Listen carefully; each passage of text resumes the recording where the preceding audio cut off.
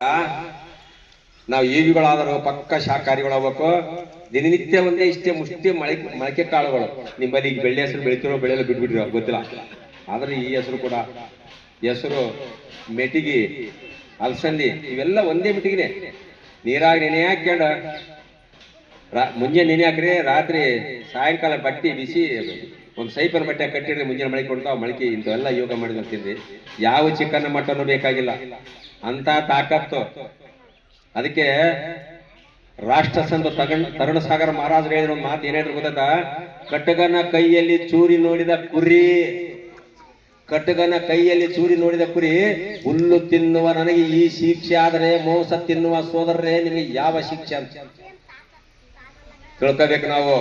ಪ್ರತಿಯೊಂದು ಜೀವಿ, ಅದಕ್ಕೂ ಕೂಡ ನನ್ನ ಮಕ್ಕಳು, ನನ್ನ ಸಂತಾನ ಅಂತಕ್ಕಂಥದ್ದು ಪ್ರತಿಯೊಂದು ಜೀವಿಗೆ ಈ ನಿಸರ್ಗದ ಮೇಲೆ ಇರ್ತಕ್ಕಂಥ ಅವಕಾಶ ಈ ಭೂತಾಯಿ ಕಲಿಸಿಕೊಟ್ಟಿದ್ದಾಳೆ, ಪರಮಾತ್ಮ ಕೊಟ್ಟಿದ್ದಾನೆ. ಅದಕ್ಕೆ ಕೊಲ್ಲ ಹಕ್ಕು ನಮ್ಗೆ ಯಾರಿಲ್ಲ, ಪರಮಾತ್ಮನಿಗೆ ಮಾತ್ರ. ಅದಕ್ಕಾಗಿ ನಮ್ಮ ಭಾಗದಲ್ಲಿ ತಾಯಿ ಎನಗುಂದಿ ಮಾಣಿಕ್ಯಂ ತಾಯಿ ಎಷ್ಟು ವರ್ಷ ಉಪವಾಸ ಕುಂತು ಬೋಧನೆ ಕೊಟ್ಟರು, ದೀಕ್ಷೆ ಕೊಟ್ಟರು ತಾಯಿಯವರು.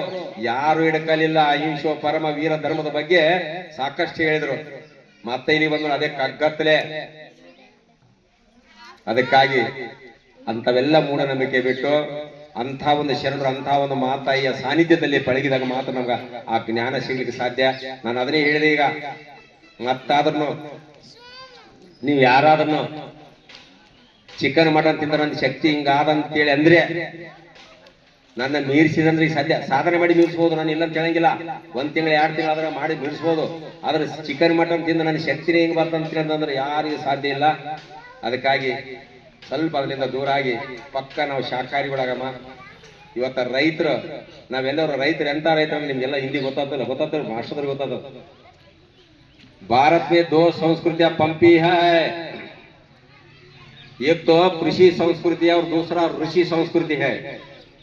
जीवन में 2 चीज है, एक तो शरीर है, दूसरा आत्मा है. जीवन न केवल शरीर है, न ही आत्मा, क्योंकि शरीर के बिना आत्मा नहीं रह सकता, आत्मा के बिना शरीर नहीं रह सकती.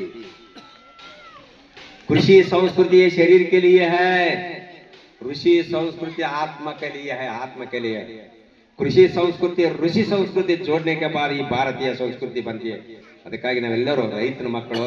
ಅಂತ ಸಂಸ್ಕೃತಿಯಲ್ಲಿ ಬೆಳೆದಂತ ನಮ್ಮ ನಾಡು, ಕಲ್ಯಾಣ ಕರ್ನಾಟಕ ನಾಡಿನಲ್ಲಿ ಆ ಒಂದೆಲ್ಲರೂ ಇದನ್ನ